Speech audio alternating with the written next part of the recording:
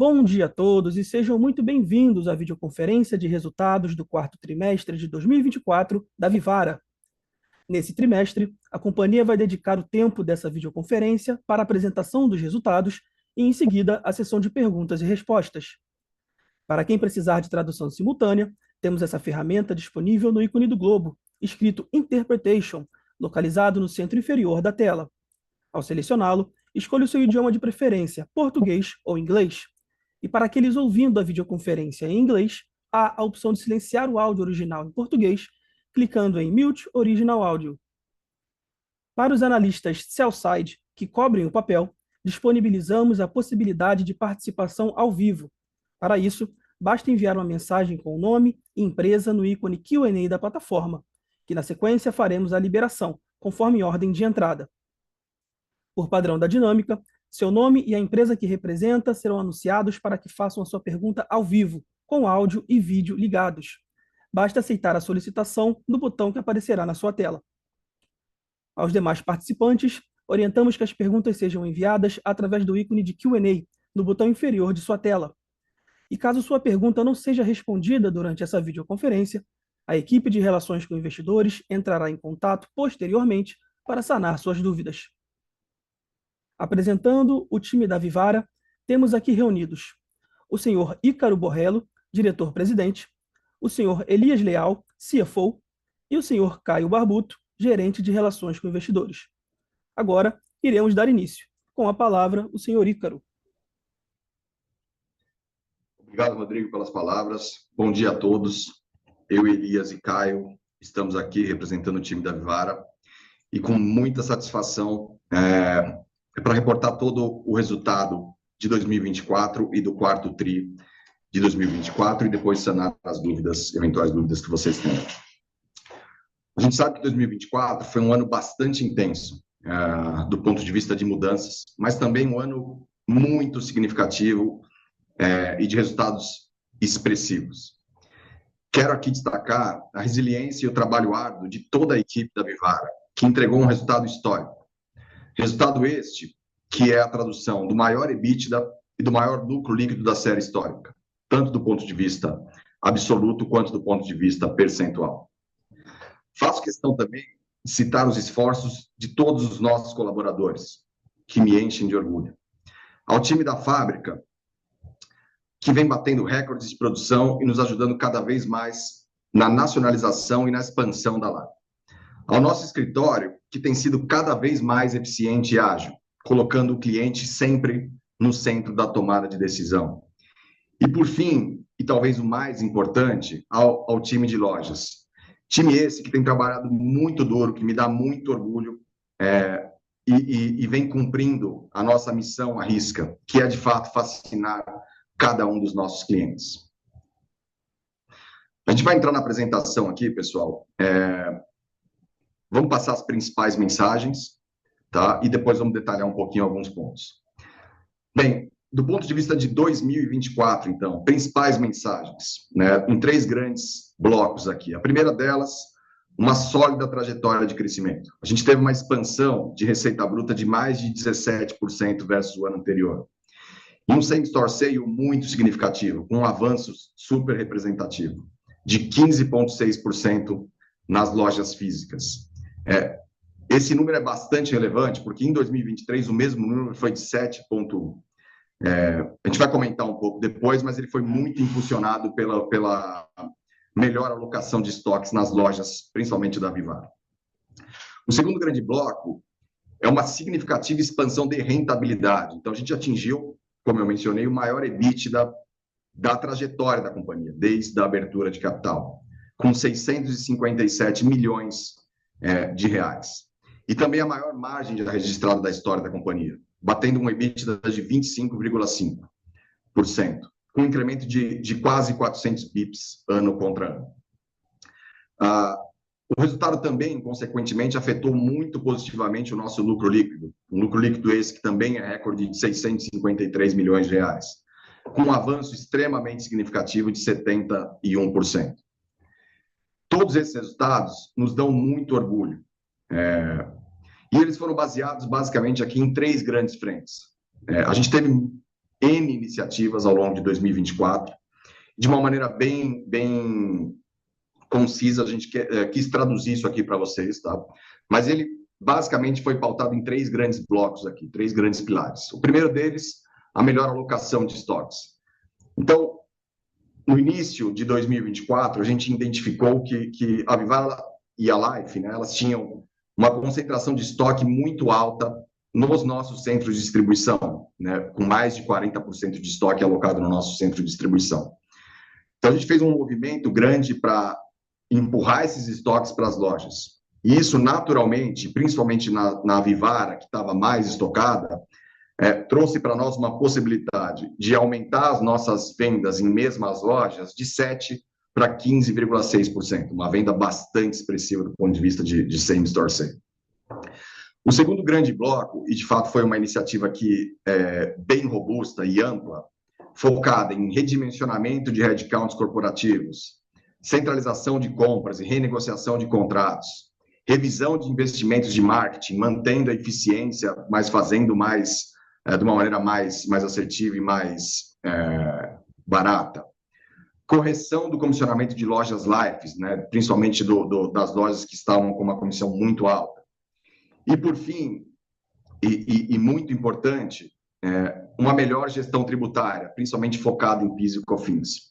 Então, aqui, a gente teve muito ganho de rentabilidade em 2 grandes frentes, uma estrutura mais otimizada e uma gestão tributária melhor. A somatória disso deu, basicamente, quase 800 bips a mais aqui de rentabilidade no nosso bottom line. Terceiro, né, e muito importante aqui, a gente reforçou as nossas linhas de atendimento aos nossos clientes, para retirar fricções da nossa jornada. Aqui, muito focado em 4 grandes frentes: logística, saque, assistência técnica e lojas. O nosso NPS ele vem refletindo isso, a nossa melhora desse nível de serviço. Tem muito por fazer ainda, né? Uma empresa de varejo, ela sempre tem que estar focada no cliente e sempre tem que estar muito preocupada em qual é o nível de serviço que a gente vai ofertar. E ele é um nível de excelência. Então, a gente saiu de um NPS de 79 para 85. Essa iniciativa ela vai perdurar na nossa missão aqui em 2025 e para os próximos anos também. Quero agora passar a palavra para o nosso CFO, o Elias. O Elias ele chegou aqui recentemente, é um cara brilhante, chegou jogando, tem ajudado a gente muito. Estou muito feliz de tê-lo aqui com a gente. E ele vai entrar em algumas linhas aqui e proativamente explicar algumas questões do nosso resultado. Posteriormente, a gente vai abrir para um Q&A, onde a gente vai tirar eventuais dúvidas que vocês tenham. Muito obrigado a todos. Obrigado, Vitor. Muito orgulho que eu estou aqui falando sobre o nosso resultado. Primeira vez que eu estou podendo ter a oportunidade de falar sobre o resultado da Vivara.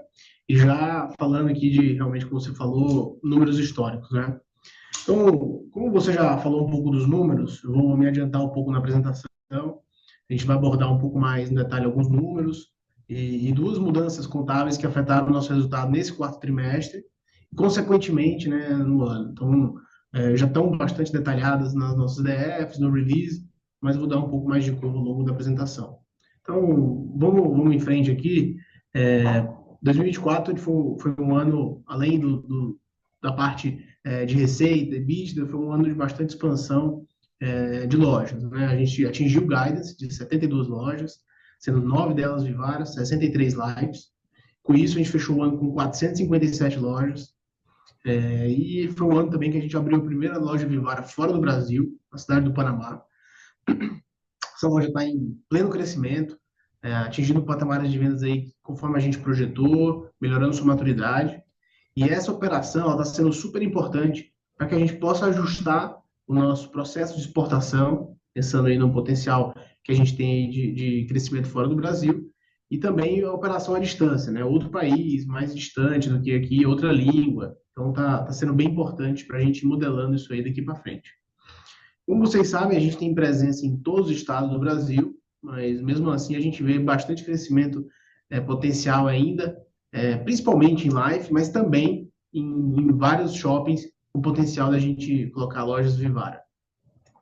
E aí, a gente abre a nossa receita aqui por canal.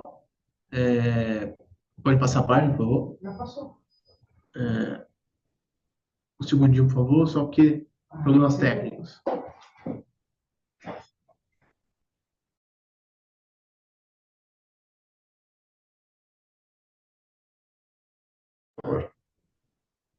Bom, voltou aqui. Então, vamos lá. Aqui vocês conseguem ver, dando um pouco mais de cor aqui no nossa receita por canal. A gente teve um crescimento de 14% na receita bruta, no trimestre contra trimestre. Mas eu vou em frente, dando um pouco mais de visibilidade nos 3 principais canais: Lojas Vivara, Lojas Life e canal digital. Então, na Vivara, né, a gente teve uma receita bruta de 2,1 bi no ano, crescimento de 13,6%, bastante significativo, principalmente porque a gente vê que são lojas que já têm a maturidade, que são 266 lojas já pelo Brasil, e mesmo assim conseguimos entregar aí um same-store sales de 12,7% em 2024. Na Life, a gente, que é a nossa categoria aí com maior potencial de crescimento, a gente vê que o ritmo de crescimento continua bastante forte. Então, a gente fechou 2024 com 646 milhões de reais de receita bruta, crescendo quase 50% versus 2023, e um same-store sales de quase 30%. Então, a Life já representa aí 26% da nossa receita no canal físico, e apesar disso, ainda só representa 56% das vendas. A Life, as lojas Life, né, estão representando só 56% das vendas que a gente fez da categoria inteira. A gente vende Life também dentro da Vivara. E aí, o terceiro canal que eu gostaria de destacar é o digital. A gente atingiu aí quase 470 milhões de receita bruta, um pouco mais de 7% de crescimento versus 2024, e com um aumento de clientes ativos e também com um avanço da omnicanalidade, que é algo que a gente está impulsionando bastante aqui dentro. E aí, entrando um pouco mais em detalhe nos números, a gente traz aqui a margem bruta, né? A gente fechou o quarto tri com 74,3% de margem bruta, um crescimento substancial versus 2023.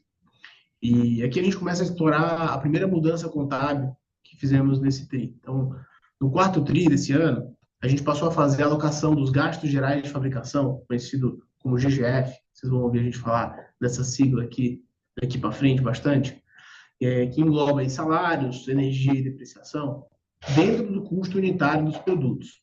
Então, até 2023, o valor desses gastos afetava o resultado da companhia no período em que eles eram incorridos, independente se o produto era vendido ao consumidor final naquele ano ou não.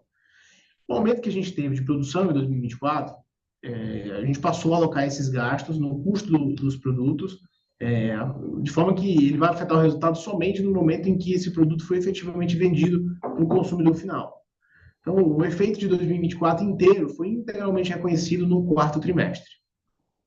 Mas, para fins de comparabilidade, a gente está apresentando aqui, também no nosso release, o lucro bruto na mesma base, né, comparável, ou seja, excluindo essa mudança de contabilização.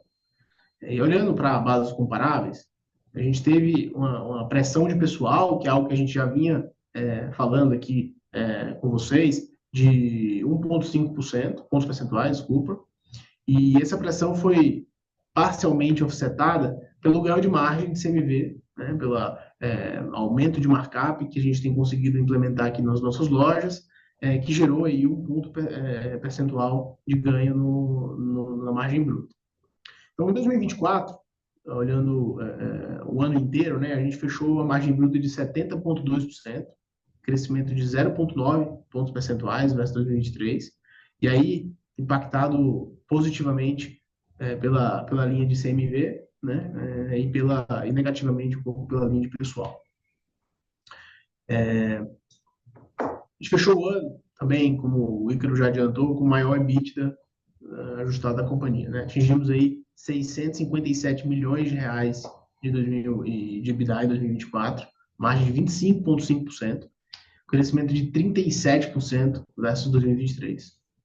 E aí também, trazendo em bases comparáveis, excluindo o efeito do GGF, que afetou lá a margem bruta, A gente teve também um aumento de margem EBITDA no trimestre, né, como também no ano.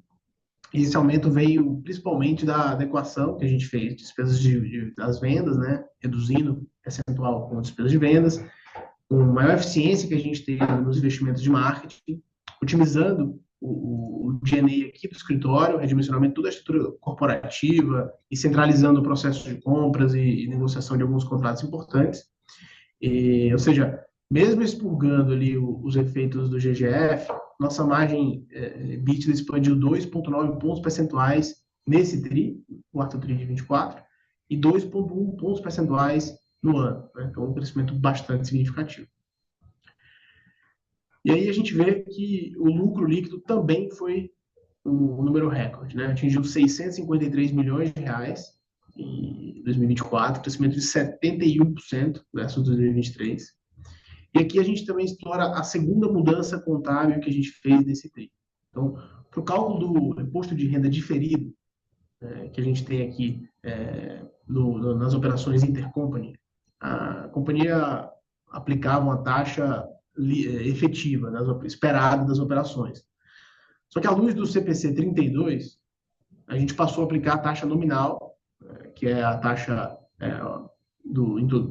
vigente todo o território nacional, de 34%.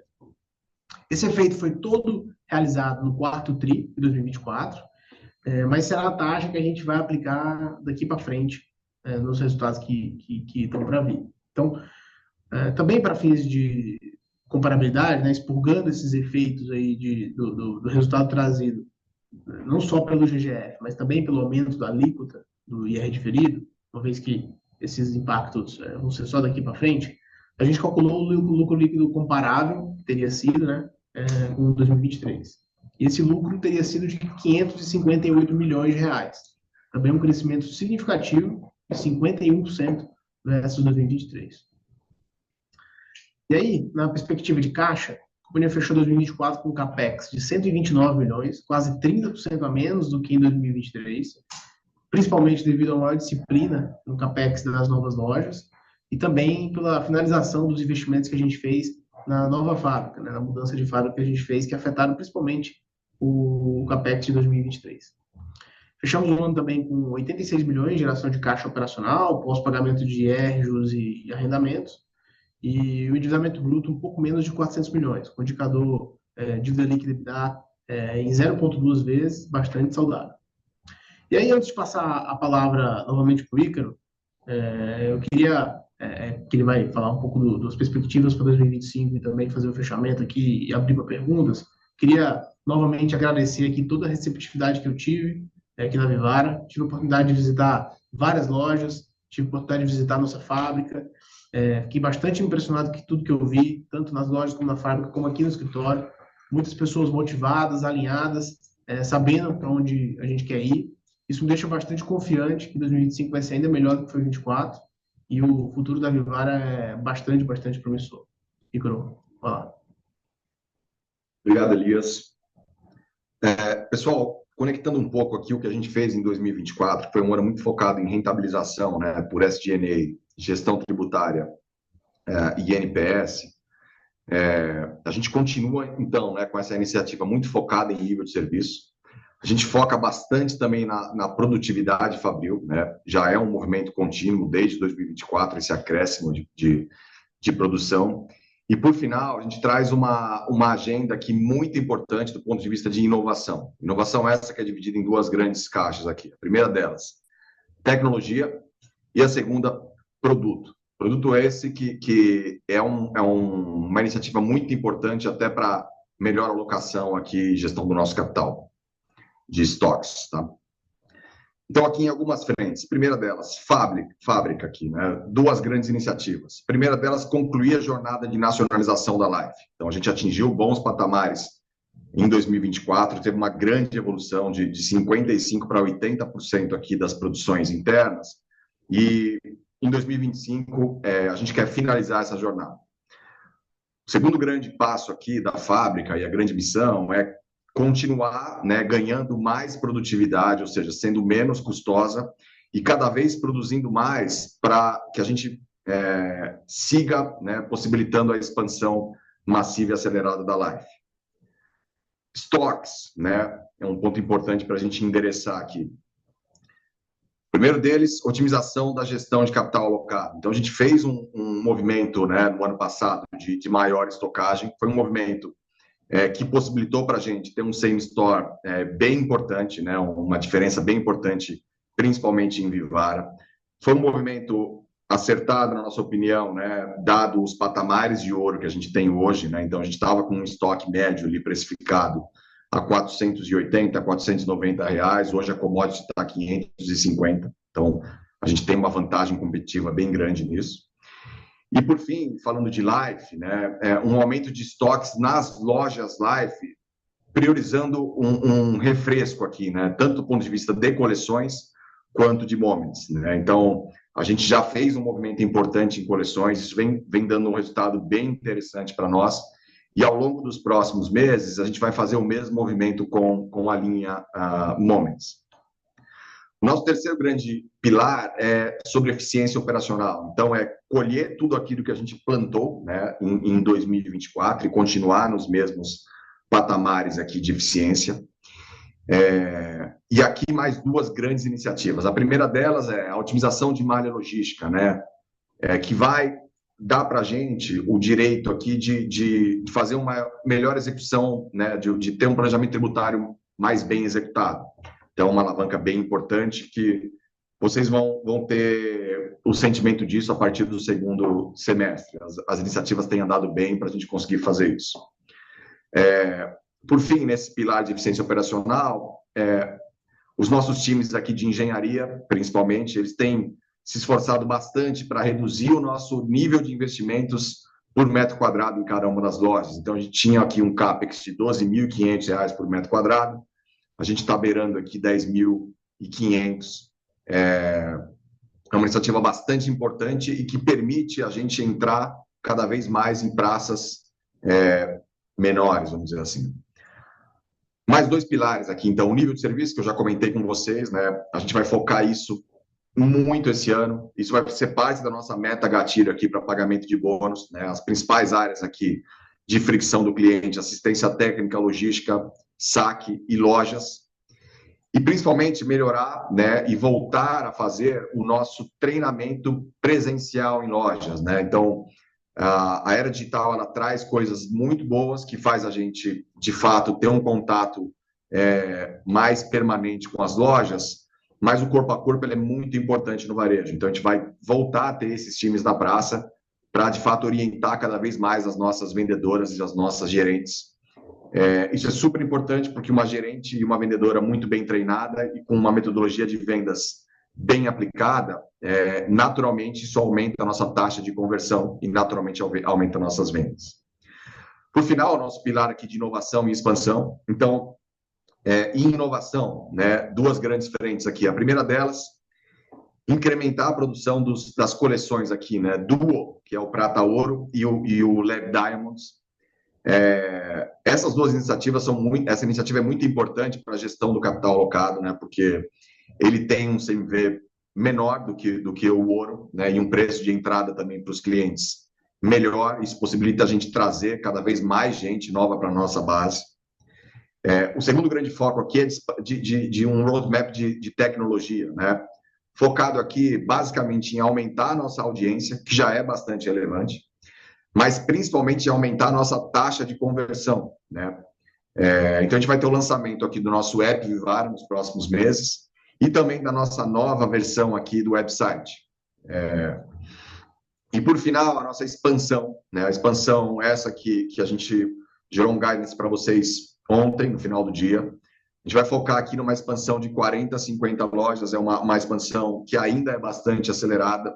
A gente já tem um pipeline super robusto aqui, então isso é bastante interessante e faz com que a gente gerencie o nosso dinheiro e o dinheiro dos acionistas, dos controladores, cada vez melhor, né? Para que a gente tome melhores decisões com esse pipeline robusto.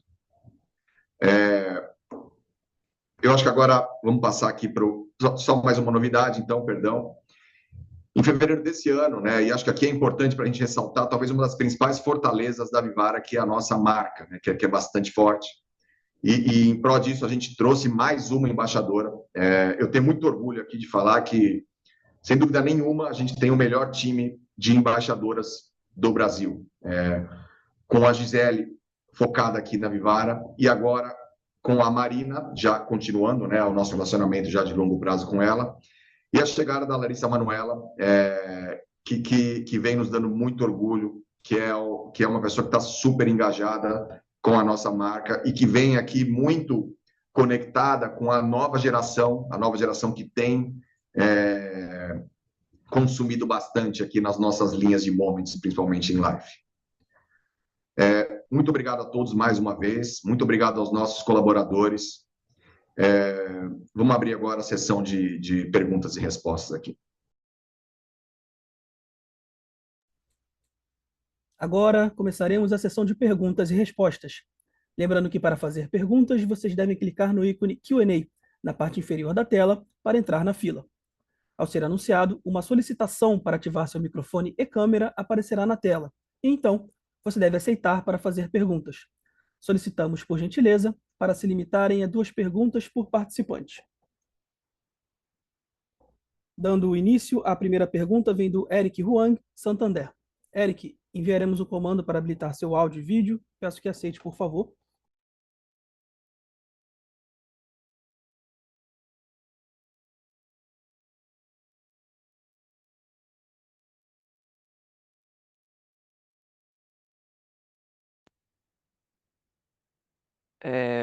Bom dia, pessoal. Bom dia, Ícaro, Elias, Caio. Obrigado aí por pegar a nossa pergunta. Acho que começando aqui, acho que do nosso lado são duas. A primeira, né, com respeito principalmente ali no comentário que vocês fazem no release, né, de que vocês aceleraram um pouquinho compra de matéria-prima no quarto tri, até pensando um pouco, né, em se proteger aí de mais aumentos. Quando a gente olha para 2025, né, o que dá para a gente pensar em termos desse, talvez, buffer adicional que vocês fizeram, né? O quanto que isso poderia impactar aí a dinâmica de custo médio para vocês ao longo desse ano?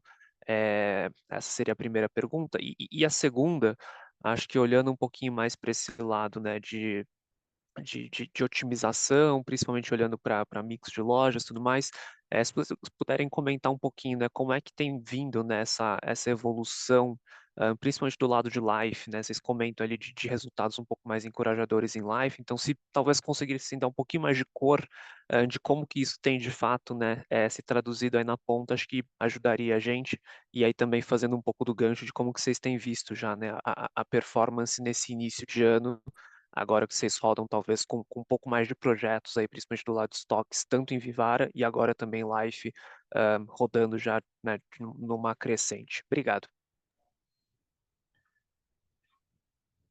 Obrigado pela sua pergunta, Eric. Vamos na primeira resposta aqui, então, né?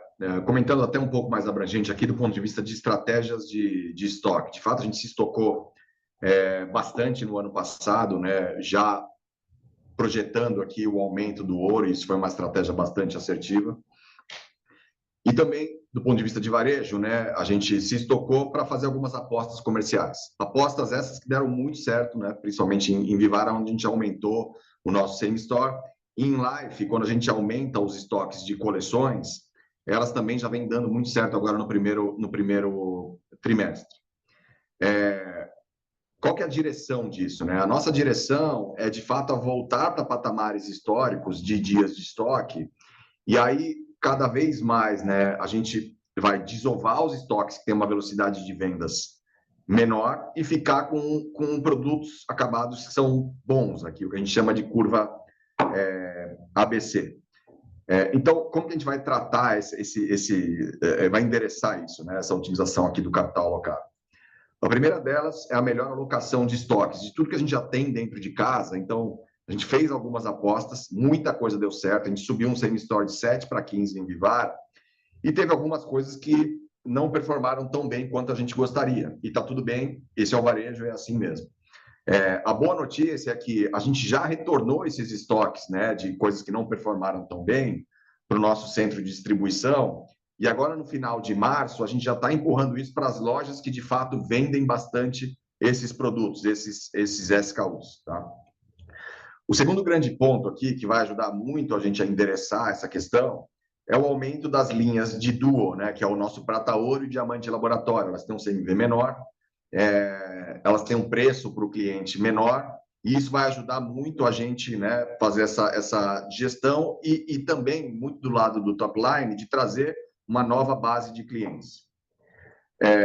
E o terceiro grande ponto, né, que é a otimização vamos dizer assim, dos sobreestoques, né, do que a gente hoje vê aqui que internamente tem oportunidade para a gente desovar isso, principalmente em sazonalidades aqui, né, que é algo bastante importante para o nosso negócio. Então, são essas três grandes frentes que vão levar a gente aqui para um patamar bem adequado, né, e histórico do ponto de vista de dias de estoque. Eu vou passar a bola para o Elias aqui, que ele tem uns dados bem interessantes do ponto de vista de matéria-prima, que foi a sua pergunta aqui, focado, tá? Bom, obrigado pela pergunta. Eu acho que isso a gente deixou bem claro no release isso aí, né? Essa mudança que aconteceu, esse aumento de matéria-prima que aconteceu no quarto tri, mas quando a gente vê o ano inteiro, o ano passado inteiro, a gente comprou uma média no primeiro semestre do ano de 70 quilos de ouro, tá? No segundo semestre, essa média foi para 140 quilos de ouro. Eu estou falando de ouro porque é o que mexe no estoque, né? A prata tem um efeito muito menos relevante no estoque. Então, a gente dobrou a média de compra de ouro por mês do primeiro semestre para o segundo semestre do ano passado. Nesse primeiro tri, a nossa média por mês está abaixo de 60 quilos de ouro, tá? E a gente não espera que isso aumente ao longo do ano. Não está no planejamento aumentar isso ao longo do ano. Então, tem uma redução significativa até do que eram os níveis de compra de ouro em volume do primeiro semestre do ano passado, tá? Então, essas estratégias operacionais que o Ícaro comentou, de alocar o estoque melhor nas lojas e a gente ter menos compra de ouro, devem fazer com que nossos dias de estoque aí reduzam ao longo dos próximos trimestres.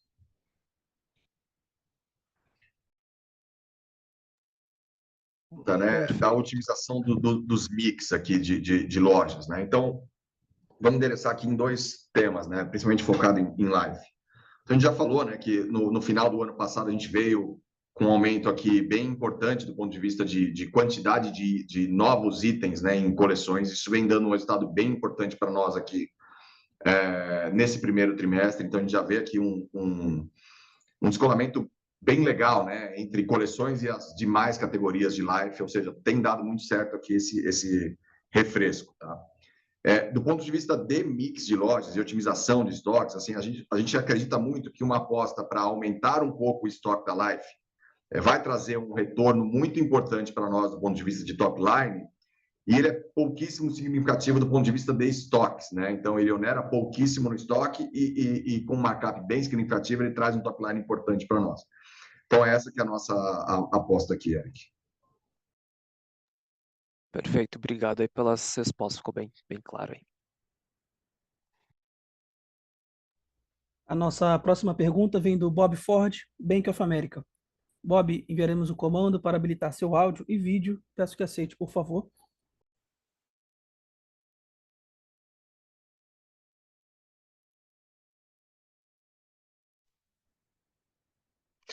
Bom dia a todos e obrigado por pegar minhas perguntas. Ícaro, como estão pensando sobre o nível certo do estoque e quanto tempo precisam para fazer ajustes?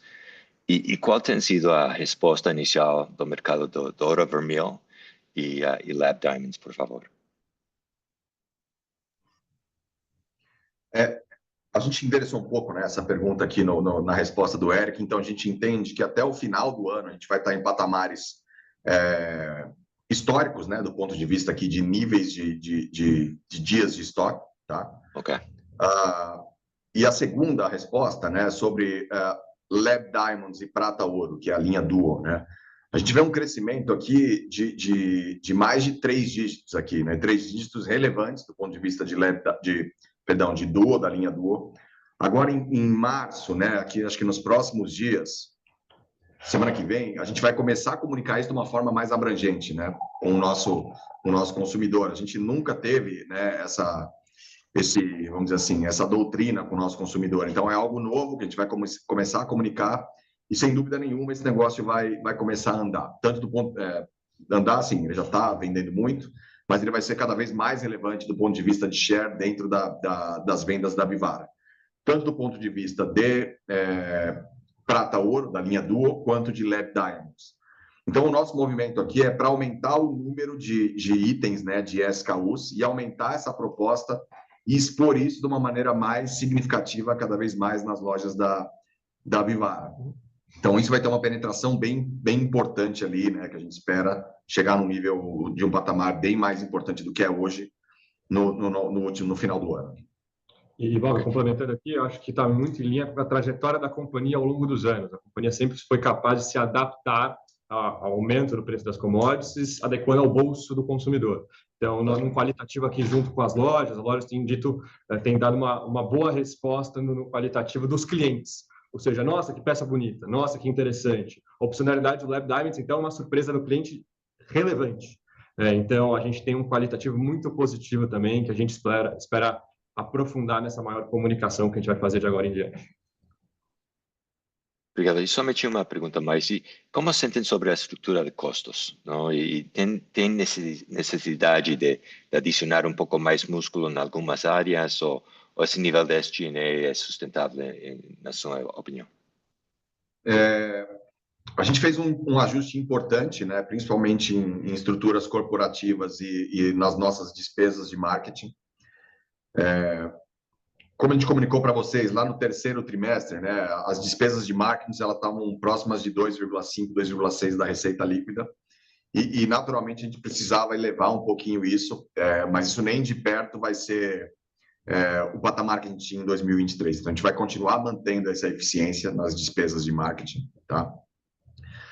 O segundo grande assunto aqui, né, principalmente das estruturas corporativas, a gente tem adicionado pessoas chaves e peças pontuais aqui, né? Então, e aqui muito focado principalmente em vendas, né? Em alguém que pense em vendas 24/7, né? E isso naturalmente vai gerar aqui um incremento importante, que a gente não vai precisar, mas é um incremento naturalmente importante para nós no nosso dia a dia ao longo dos próximos trimestres, né? Alguém com esse foco 100% vai ajudar a gente a destravar bastante valor.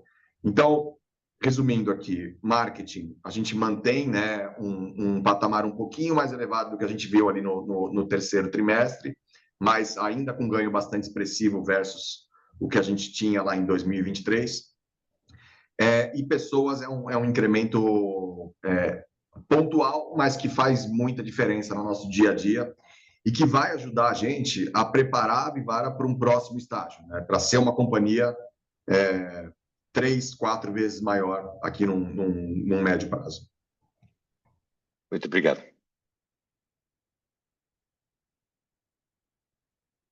Dando continuidade, a próxima pergunta vem do Guilherme Vilela, JP Morgan. Guilherme, enviaremos o comando para habilitar seu áudio e vídeo. Peço que aceite, por favor.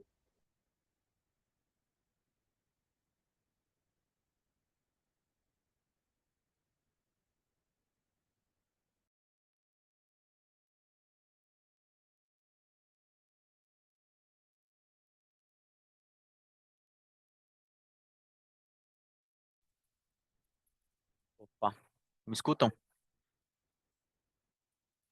Pessoal, Sim. bom dia. Ícaro, Elias, Caio, obrigado por pegar minhas perguntas aqui. Eu tenho uma sobre a flexibilidade do modelo do negócio, né? Muito se diz que joalheria, ao final do dia, eventualmente uma coleção não dá certo, ouro, você pode reverter isso para a fábrica, derreter, refazer, testar novas coleções. E como é isso no dia a dia da empresa? Se isso é uma alternativa. Vocês comentaram bastante sobre testar produtos que eventualmente estão com turnover baixo em outras regiões, e como seria efetivamente essa flexibilidade do negócio, dado que se trata com ouro, que é efetivamente uma matéria-prima flexível. A minha segunda pergunta é sobre o guidance de lojas, né? Se vocês pudessem dar uma visibilidade de como ela deve se dividir entre Life e Vivara, e também como ela se deve dividir entre as geografias, né? Entre estados, para a gente ter uma menor visibilidade aqui, novas fronteiras. Obrigado, pessoal. Obrigado, Guilherme. Obrigado, Guilherme, pela pergunta. Do ponto de vista de flexibilidade, né? Se você comparar isso com outros varejos, assim, é uma vantagem competitiva muito grande, né? Porque a gente consegue ainda voltar, né, o produto acabado para o nosso ciclo aqui de fabricação. A nossa escolha, né, do ponto de vista de derretimento de uma peça, é sempre a última, né? Você tem um estoque bastante interessante com um markup bem relevante. Então, sem, né, ter uma dinâmica promocional grande, né, porque isso não é interessante do ponto de vista de marca e desejo, a gente consegue brincar, né, com esse markup para cada vez mais desovar o estoque que não gira tanto, não é tão interessante para nós. Na contramão disso, né, a gente tem aquele estoque que eventualmente caiu uma pedra, que quebrou uma garra, que você não consegue mais comercializar, e aí ele vira um estoque indisponível do ponto de vista de loja, mas é um estoque que naturalmente a gente endereça já para derretimento e depois ele caminha para a nossa fábrica. Essa é a nossa primeira resposta sobre flexibilidade. Do ponto de vista de guidance, eu vou passar para o Elias aqui, ele vai ajudar a gente, tá bom?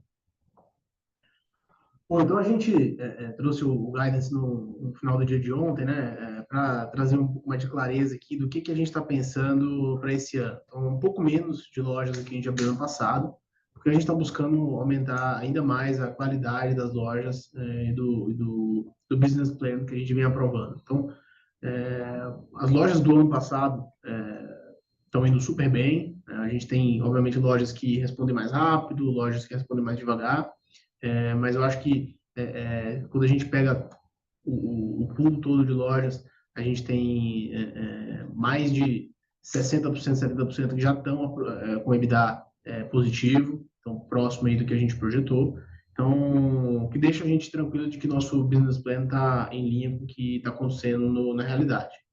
O que a gente espera para esse ano, né? A gente fez uma priorização aqui em ondas. Então, a gente olhou todos os shoppings do Brasil, fez um estudo bem detalhado do potencial de vendas de cada um desses shoppings, do mix, da qualidade desses shoppings, né? Então, olhando localização, olhando que outras lojas tem nesses shoppings, e também quantas lojas a gente já tem naquela região. Então, levando isso tudo em consideração, a gente fez uma priorização aqui em 3 ondas. A gente tem mais de 300 oportunidades aqui mapeadas de novas lojas, tá? Obviamente, tudo isso dividido em ondas. Então, e aí o X da questão aqui, uma vez que a gente já tem priorizado, tem identificado que aqueles shoppings têm potencial de receber novas lojas, é a gente conseguir boas negociações de CTO. Então, a gente tem sido bem recebido pelas empresas de shoppings quando a gente tem trazido esses temas, porque a Vivara e a Life são lojas importantes aqui para a imensa maioria dos shoppings do Brasil. Então, a gente espera que essas lojas que a gente vai abrir esse ano tenham bons retornos, ROICs ainda maiores do que foram no ano passado, com uma metrificação muito clara de se o ponto aquele disponível é um ponto bom, se o shopping disponível é um bom shopping e se a qualidade do business plan está elevada. Então, a gente ainda não tem uma definição de onde vai ser, porque na primeira onda que a gente elencou, tem shoppings pelo Brasil inteiro. Vai depender se os pontos que a gente acha que são os melhores pontos dos shoppings estão disponíveis, a gente só entra nos melhores pontos dos shoppings, e se a gente vai conseguir boas negociações de CTO e de allowance que vão trazer um bom retorno sobre o capital investido da companhia. Deixa eu... Um outro ponto aqui, né? A nossa velocidade de expansão ela ainda é bastante acelerada e a gente está bastante focado em aumentar o nosso nível de serviço. Quanto mais a gente vê que o nosso nível de serviço, né, ao ponto que a gente observar que ele já está num patamar adequado, nada impede da gente aumentar essa velocidade de expansão, dado que a gente tem um pipeline super robusto aqui. Então, ainda é uma velocidade bastante acelerada, que dá bastante trabalho para executar, mas a gente está preparado com as equipes para executar mais se a gente entender que é o momento adequado, né? Certo, pessoal, muito obrigado, viu? A próxima pergunta vem da Daniela Eiger, XP. Dani, enviaremos o comando para habilitar seu áudio e vídeo. Peço que aceite, por favor.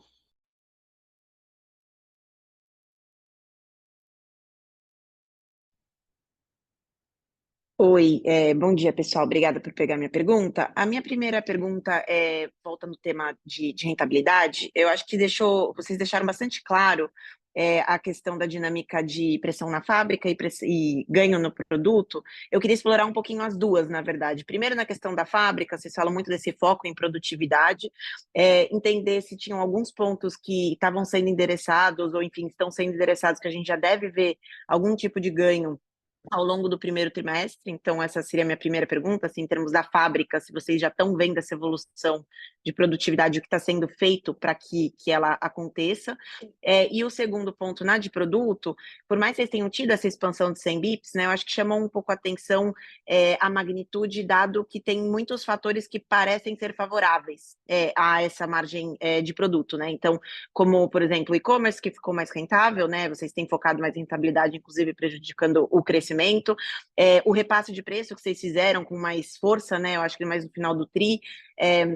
Então, eu sei que tem também o mix, que, enfim, pode ter sido um ofensor. Então, se vocês puderem nos ajudar um pouco com como pensar nesse ganho para frente, principalmente dado esse talvez movimento estratégico que vocês fizeram do lado de estoque, né? Então, eu acho que talvez trazer um pouco mais de cor aí nessas moving parts aí da margem bruta, eu acho que seria bacana. E aí a minha segunda talvez um follow-up ali na pergunta de expansão, entender um pouquinho como a gente pode pensar em relação a mix entre as duas marcas, e também o que levou vocês a repensarem essa expansão, esse ritmo de expansão. Entendo que o macro está desafiador, mas até a gente olhando os KPIs assim, de same store, que vocês têm até printado ali, principalmente na Vivara, acelerando, a venda da loja madura de Life também não parece que está mudando muito de patamar, não deveria ter um grande impacto em ROIC marginal. Então, entender um pouquinho só a cabeça do Economics aí para essa revisão. Obrigada. Vamos lá. Do ponto de vista de rentabilidade e produtividade aqui, né, foco em margem bruta, a gente tem visto aqui um desempenho muito bom, né, nesse primeiro trimestre aqui, na fábrica da Life, principalmente, que é onde a gente estava concentrando aqui esse efeito de mão de obra, né, o efeito negativo, que anulava aqui os ganhos de CMV. No último trimestre do ano passado, a gente tinha uma taxa de retrabalho muito alta na fábrica da Life. Então, quando você tem que fazer uma peça novamente, né, quando ela está passando pelos processos aqui de fabricação e no meio do processo você tem que voltar algumas etapas, naturalmente você precisa de mais horas ou mais pessoas para construir o mesmo número de peças. Então, a gente estava com um índice aqui de horas extras muito elevado no quarto trimestre, e a gente já viu esse índice caindo de uma maneira muito relevante no nosso primeiro trimestre de 2025. Essa diferença ainda não vai ser sentida, né, no primeiro trimestre, no segundo trimestre, porque as bases são muito diferentes. Em 2024, ali no primeiro e no segundo TRI, a gente não tinha, né, o número de pessoas, né, isso foi um diagnóstico que a gente fez, adequado para conseguir atender a produção que a gente precisava, tanto do ponto de vista de expansão da Life, né, para atingir maiores números, quanto do ponto de vista de nacionalização. Então, a gente aumentou o número de headcounts, eles vêm ganhando produtividade cada vez mais. A gente fez ajustes pontuais nos processos. A nossa taxa de retrabalho, que era de quase 35% no quarto trimestre, caiu para os patamares de janeiro e fevereiro para 8%. Então, naturalmente, isso diminui muito o número de horas que a gente precisa para fazer o mesmo tipo de peça. Somado a isso, a gente vem com uma política de descontos, né, um pouco menos agressiva, né? Então, vocês viram que ele impactou um pouco do ponto de vista de top line ali no digital, mas para nós foi algo acertado, que eventualmente pode até ser um pouco calibrado. Acho que tem espaço para a gente crescer no digital. O digital que foi não só impactado, né, por essa mudança de estratégia, que a gente viu um cash margin melhor, mas a gente teve aqui um problema pontual, né, de integração de estoques e de disponibilidade de produtos em novembro, dezembro e até meados de janeiro. Esse problema já foi corrigido, então a gente já vê um digital operando aqui no patamar que a gente acredita do ponto de vista de crescimento. Querem complementar? Sim, não, acho que vale só falar que então, a gente já viu nesse TRI, né, no quarto TRI, um aumento, um aumento do markup, né, um ganho de margem bruta pelo CMV, em função da redução de desconto, da redução do aumento de markup pelo repasse de preço. Então, essa é uma dinâmica que a gente espera continuar vendo daqui para frente. Mas tudo isso vai ser parcialmente offsetado pelo GGF, né? Então, a gente agora vai ter uma alocação no estoque e no custo na medida em que efetivamente tiver a venda. Então, todos esses efeitos que a gente vinha falando aqui, tentando explicar, vão ficar muito mais claro agora, quando a gente vê efetivamente a saída do estoque conforme a venda para o consumidor final. E aí, pegando aqui a sua segunda pergunta sobre o nível de crescimento, né? O crescimento desse ano de novas lojas deve ser essencialmente em live, tá? Então, a maioria delas vão ser lives, porque é onde tem mais oportunidades. É onde a gente consegue, a gente tem muito mais shoppings no Brasil que comportam uma live, porque a gente já está em vários shoppings com a Vivara e tem muitos outros que ainda têm oportunidade de live. Mas a gente tem sido proativamente abordado por várias empresas de shopping e shoppings individuais querendo uma Vivara. Então, se a gente conseguir ter boas negociações para que a gente consiga colocar uma Vivara lá em condições atrativas, a gente também vai fazer. Então, eu diria que mais de 90% aí deve ser loja Life, mas a gente está atento aqui para colocar também lojas Vivara, porque as lojas Vivara estão indo super bem, né, nesse último ano. E só mais 2 pontos aqui. De fato, então, tem, né, a oportunidade de, eventualmente, expandir um pouco mais a Vivara, na área que o Service Store está indo muito bem. Agora, para dar uma cor aqui, do ponto de vista de Life, né, o Brasil tem 600 shoppings, um pouco mais do que 600 shoppings, a gente está presente em 180 deles. Então, ainda tem uma oportunidade muito grande, né, de expansão e aqui alguns anos pela frente. A decisão por reduzir um pouquinho, né, do ponto de vista de incremento de lojas, foi muito prática, né, crescer de uma forma sustentável, né? Então, a gente tem ainda uma expansão muito acelerada, vai olhar muito para o nosso nível de serviço. A gente tem outras 450 lojas, além do plano de expansão, que precisam ser muito bem cuidadas, e têm sido muito bem cuidadas. Nosso NPS tem melhorado bastante. Então, basicamente, essa foi o centro da questão aqui, por que a gente diminuiu um pouquinho. Tá ótimo, muito obrigada pelas respostas. Parabéns aí pelo resultado. A próxima pergunta vem do João Soares, Citi. João, enviaremos um comando para habilitar seu áudio e vídeo. Peço que aceite, por favor.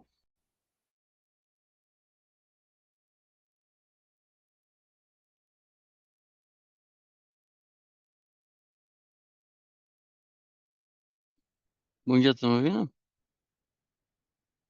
Sim. Oi, João, estamos ouvindo. Oi, cara, tudo bem? Não, vamos lá, tem 2 pontos aqui rápidos. Primeiro, eu queria explorar um pouco o comentário do Ícaro, né? Falou do começo do ano, falou que, né, as coleções estão performando muito bem. Queria ver um pouco como é que vocês têm visto, entender melhor exatamente não só a performance da Life de maneira mais ampla, mas entender como é que vocês estão vendo a performance dessas coleções, tanto de Vivara quanto Life, seria interessante. E também é uma pergunta aqui um pouco pontual em relação ao alongamento da vida útil de algumas itens do imobilizado. Elias, se você puder só explicar um pouquinho o que gerou essa mudança, o que aconteceu em relação a essa linha, seria muito bom aqui. Obrigado. Eu vou pegar a primeira aqui, o Elias pega a segunda pergunta. Então, a primeira, né, a gente lançou bastante coleção e conseguiu com que essas coleções estivessem nas lojas mais ou menos em meados de janeiro, vamos dizer assim. Aqui, 100% focado na Life, tá? E a gente tem visto que o share, né, dessas coleções recém-lançadas, ele tem sido cada vez mais expressivo do ponto de vista de vendas, né, versus as coleções mais antigas. Ou seja, era nítido para nós que a gente precisava de uma atualização aqui no nosso portfólio, e isso vem dando bastante certo, e acho que foi uma estratégia bem acertada. Tanto é uma verdade que a gente vê aqui um descolamento entre coleções e as demais categorias que a gente ainda está no processo de atualização disso. Do ponto de vista do primeiro trimestre, né, ele é um trimestre um pouco confuso, né, mudanças de carnaval entre meses e etc. Então, a gente vê uma tendência crescente ao longo do trimestre e temos aqui projetado um resultado sólido do ponto de vista de top line. E aí, falando um pouco do que você trouxe aí da vida útil dos ativos, a gente tem, na maioria dos contratos, uma duração de 5 anos e uma previsão na renovação de que a gente teria que fazer uma reforma. Só que muitas das lojas, após um estudo que a gente fez, não necessitam de uma reforma efetiva e não se encontram totalmente depreciadas. Então, a gente reavaliou o tema, então fez um laudo completo de todas as lojas, daquelas que já estavam depreciadas, que precisam de reforma, aquelas que ainda não estão depreciadas, e com isso a gente aumentou pontualmente, em algumas lojas, isso foi feito individualmente, loja a loja, e aí agora vai ser muito mais fidedigno à realidade, não puramente à taxa de depreciação fiscal. E aí, em termos de impacto em P&L, você deveria ter uma depreciação menor, tax shield um pouco menor também. Como é que vocês veem o impacto em P&L disso ao longo do tempo? Isso aí. A gente deve ter uma depreciação um pouco menor, mais alongada, né? E aí, consequentemente, um tax shield um pouco menor, mas que não deve afetar de forma significativa o nosso resultado, não. Isso que eu ia trazer, João, não é significativo. Perfeito. Boa, senhores. Obrigado, hein? Obrigado a você. A próxima pergunta vem do Rodrigo Gastim, Itaú BBA. Rodrigo, enviaremos um comando para habilitar seu áudio e vídeo. Peço que aceite, por favor.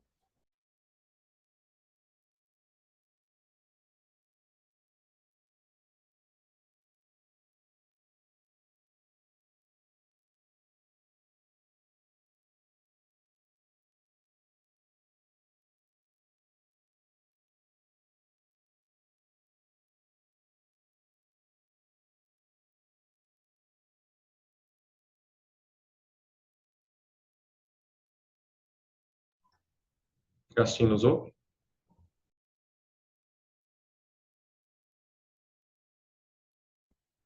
Vamos lá, pessoal. Duas perguntas aqui do meu lado. A primeira delas, voltando no tema de estoque, mas é entender um pouco mais a dinâmica de estoque com margem bruta, tá? Então, vocês já comentaram um pouco disso ao longo do call, mas a dúvida é qual a importância, né, de diminuir esse patamar de estoque e qual a estratégia de margem bruta para isso. Ou seja, se vocês olham o que já tem acontecido, né, obviamente, ao longo desse primeiro trimestre e essa dinâmica de margem bruta olhando para o ano, qual o conforto que vocês já conseguem ter hoje, né, Ícaro, você mencionou de reduzir o patamar de estoque mais para níveis, né, normalizados até o final do ano. O quanto de investimento, ou se haverá algum investimento em margem bruta para fazer isso, tá? Essa é a primeira dúvida.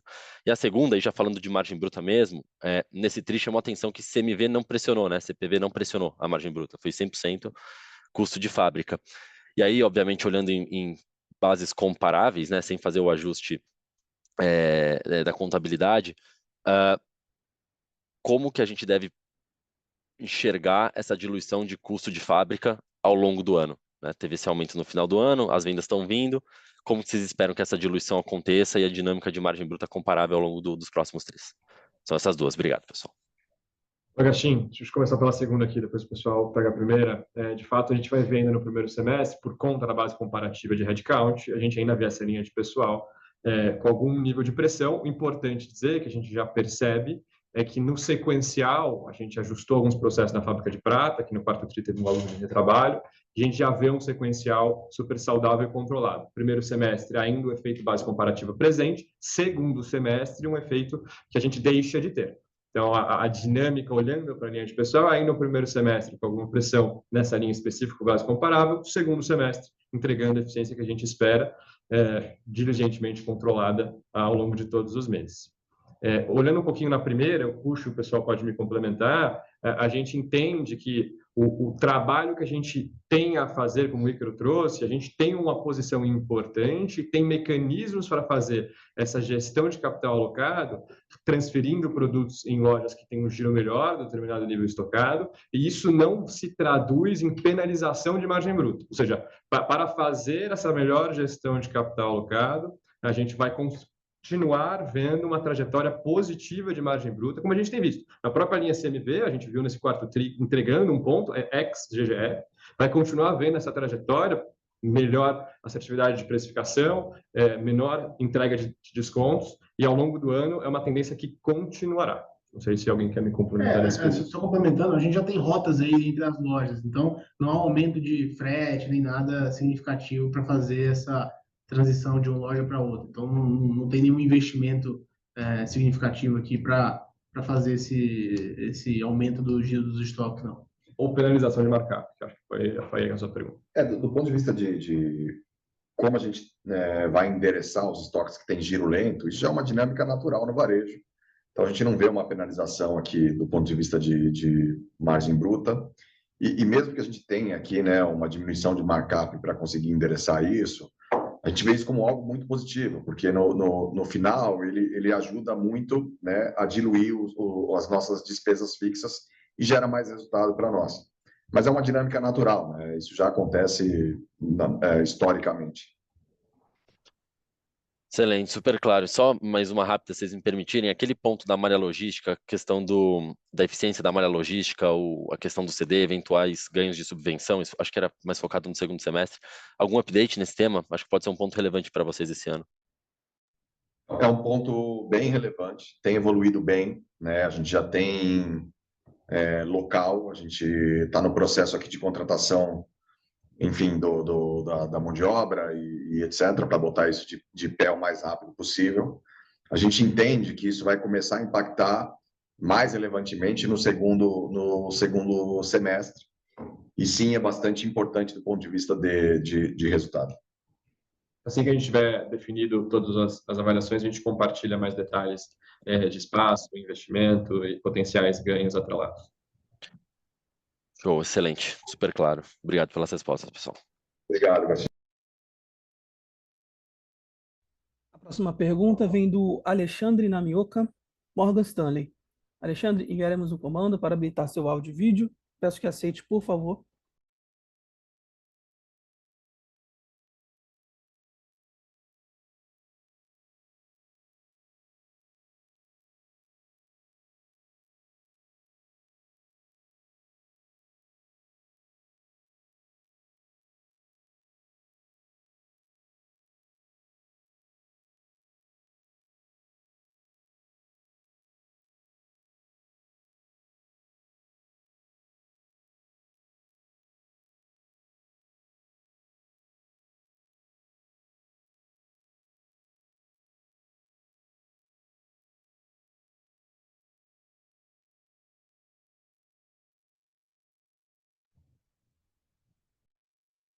Oi, bom dia, pessoal. Obrigado por pegarem minha pergunta. A maior parte delas já foi respondida, mas alguns follow-ups rápidos aqui. Ícaro, você tinha comentado, inclusive no release, vocês comentaram sobre o CAPEX por metro quadrado um pouco melhor, né, nas lojas novas. Se vocês pudessem compartilhar um pouco mais de detalhes sobre isso e também, talvez, linkando com o ponto de ROIC marginal dessas novas lojas. E a segunda pergunta, super rápida aqui, voltando para o ponto de expansão. Eu entendo, Elias, que talvez fica difícil compartilhar um pouco sobre o mix de geografia também, mas se você puder falar um pouco sobre o mix de tipos de tiers de malls, onde vocês estão planejando abrir essas lojas, seria interessante. Obrigado. Vou pegar a primeira aqui, o Elias pega a segunda da estratégia de expansão. Do ponto de vista de CAPEX aqui, Alexandre, a gente tem duas grandes iniciativas. A primeira delas é compra em escala. Então, a gente tem garantido para os nossos fornecedores uma compra maior, de modo que eles consigam se preparar e consigam dar um desconto importante para nós. A segunda grande frente aqui é a reutilização de coisas, principalmente, né, de ar-condicionado e de quadro elétrico, que tem um gasto bastante relevante no nosso CAPEX, e que não impactam no ponto de vista de experiência do cliente. E, obviamente, que a gente só vai reaproveitar tudo aquilo que está bom, né, e que tem uma vida útil muito grande. Então, essas duas alavancas, elas permitem que a gente consiga reduzir o CAPEX de uma maneira relevante. A gente está, nesse exato momento, refazendo aqui os nossos estudos econômicos para entender o quão positivamente isso vai impactar na nossa rentabilidade. Passo a bola para o Elias aqui para a gente falar da estratégia de expansão. Bom, como vocês sabem, a gente já está presente aí em grandes shoppings, em grandes cidades e shoppings que têm um grande potencial de vendas, né? Mas ainda assim a gente tem shoppings dos grandes grupos, então, dos grupos listados na bolsa, que a gente não está, shoppings que têm um bom potencial de vendas, que atendem ainda ao público A de diversas cidades do Brasil. Então a gente está endereçando e buscando abrir primeiro nesses shoppings. Então, o primeiro item daquela priorização que eu citei é o potencial de vendas, tá? Então, o maior potencial de vendas. É óbvio que os outros itens também têm um peso. Então, a gente vai... Por isso que a gente dividiu em ondas. Então, primeiro a gente vai no maior potencial de vendas, focados em shopping A, B, para que a gente consiga primeiro ter lojas em shoppings com potencial maior e depois, na segunda ou terceira onda, a gente vai para shoppings com potencial um pouco menor, mas que ainda assim, devido a desconto, CTO e allowance, a gente conseguiria ter bons ROICs. Perfeito, super claro, pessoal. Obrigado. A próxima pergunta vem da Isabela Lamas, UBS. Isabela, enviaremos um comando para habilitar seu áudio e vídeo. Peço que aceite, por gentileza.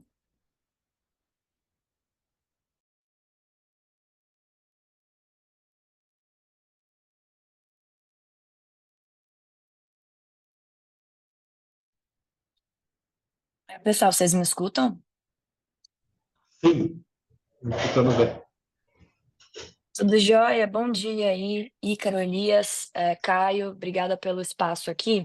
Eu queria entrar um pouco no ponto dos preços. A Dani até já citou rapidamente na pergunta dela, mas eu queria focar um pouco mais em entender, né? A gente sabe que nesse último tri vocês vinham fazendo alguns repasses, especialmente em Vivara, né? Para fazer aquele catch-up com a dinâmica do preço do ouro. Então era mais para saber assim como é que está o gap, se ainda existe o gap, né? Se ainda teve alguma coisa para ser feita no primeiro tri e aí nesse primeiro semestre. E se vocês viram essa dinâmica tendo algum impacto significativo em volume, como é que vocês enxergam esse trade-off ali, e aí quebrando nessas duas marcas, né, na Vivara e na Life? E aí já pegando, entrando mais até na estratégia de Life, queria entender um pouco ali como é que vocês estão vendo realmente do pricing point da marca. Né, a gente sabe que é uma marca mais jovem e até esse movimento agora, né, da Larissa Manoela como embaixadora, acho que ela é uma figura representativa ali para a Gen Z, até para a Gen Alpha. Como é que está realmente, onde é que vocês estão vendo esse range de preços? Se afastam um pouco mais de presenteável, se tendem a ir um pouco mais para uma parte mais premium realmente, ou se ainda está em linha ali com essa categoria de presenteáveis que é bastante significativa, que acaba dando uma atração boa, principalmente nas datas comemorativas. Então, para entender mesmo toda essa questão nas duas marcas, a questão dos repasses, enfim, e a estratégia de Life, né, nesse meio. Obrigada, pessoal. Então, obrigada, Isabela, pela sua pergunta. Vamos endereçar aqui em duas frentes, então. A primeira delas a gente não está 100% atualizado do ponto de vista de precificação, dado que o ouro ele vem numa crescente, né, ao longo do ano. A gente tem mensalmente acompanhado essas cotações e refeito as nossas precificações, e a gente decide se a gente, de fato, vai repassar o preço ou se a gente vai ter uma escolha por ganho de share. Em Vivara, né, a gente está um pouquinho atrás da cotação, mas algo bastante saudável. O que a gente tem percebido aqui, né? A gente tem as categorias de coleções, ela é mais inelástica, assim, ela não sofre com aumento de preço do ponto de vista de volume, porque ela não tem, ela tem design, então não tem a percepção de preço pelo consumidor. Quando a gente vai para coisas mais comerciais, como solitários, alianças e correntes, isso sim, ela é mais sensível ao aumento de preço. Então, a gente veio pilotando em janeiro e fevereiro, né? E já entendemos que é uma categoria bastante elástica. Cada 1% de preço, ela varia entre 2 e 3 no volume. Então, a gente tem expandido esses testes para encontrar um patamar bastante adequado aqui do ponto de vista tanto de top line quanto de margem.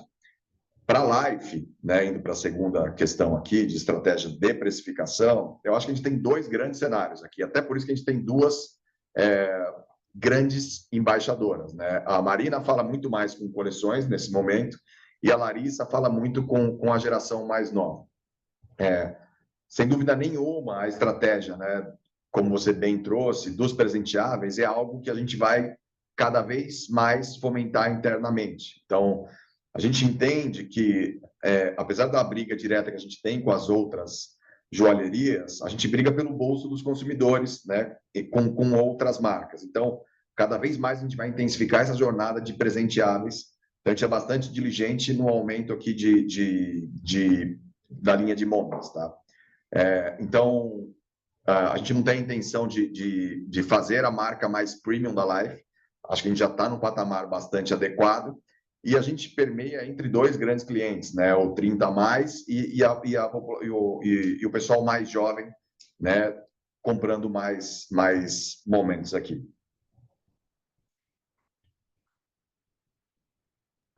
Claríssimo. Obrigada. Obrigado.